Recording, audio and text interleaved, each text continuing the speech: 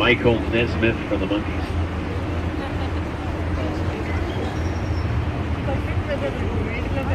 Part of the river here is known as South Bank. This is where you're going to find a lot of the nightlife on the Riverwalk.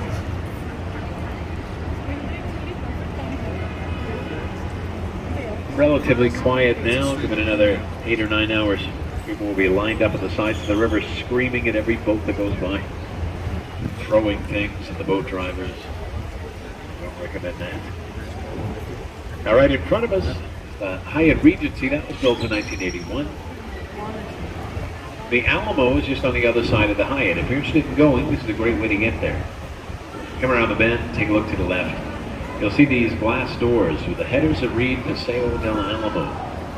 That's the passageway to the Alamo. It's the quickest way to get there from the river level. It's a beautiful walk. The river goes through the building.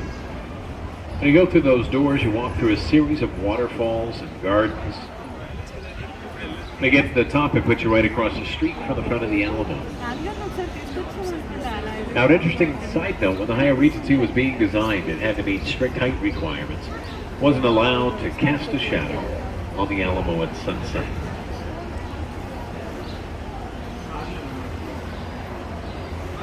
This building coming up on the right is the Casino Club building. It was opened in 1927. It used to be a German social club. Now, later became apartments. There was a famous author that lived there by the name of Alex Haley. He wrote a lot of books that became movies.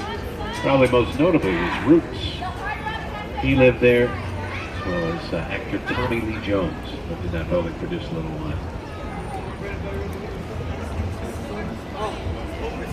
We're getting into my favorite part of the Riverwalk. This is River Square. This is where you're going to find the majority of the restaurants, all the tantalizing aromas. We also offer a dining boat service where you can go to any one of these restaurants and set that up. You can get a breakfast boat, lunch, dinner. If you just want cocktails, you can get a cocktail cruise. That was on hold for a while. It's finally back. It's a nice way to enjoy the Riverwalk. Now, the Riverwalk first opened in 1941. It didn't look a whole lot like this. It was more of a city park. A place to take your family out, have a picnic. But the father and designer of the Riverwalk, Robert H.H. Hugman, he had a different vision for his design. So he put his office here in the building on the right. That's the Clifford Building. Hugman's name is written above the first floor. And he put his office there to prove to everyone that a business could thrive on the Riverwalk, that he wasn't afraid of flooding. People thought he was crazy at first. It took a few years before other businesses started to follow suit. This restaurant over here on the right is Casa Rio, first restaurant on the Riverwalk.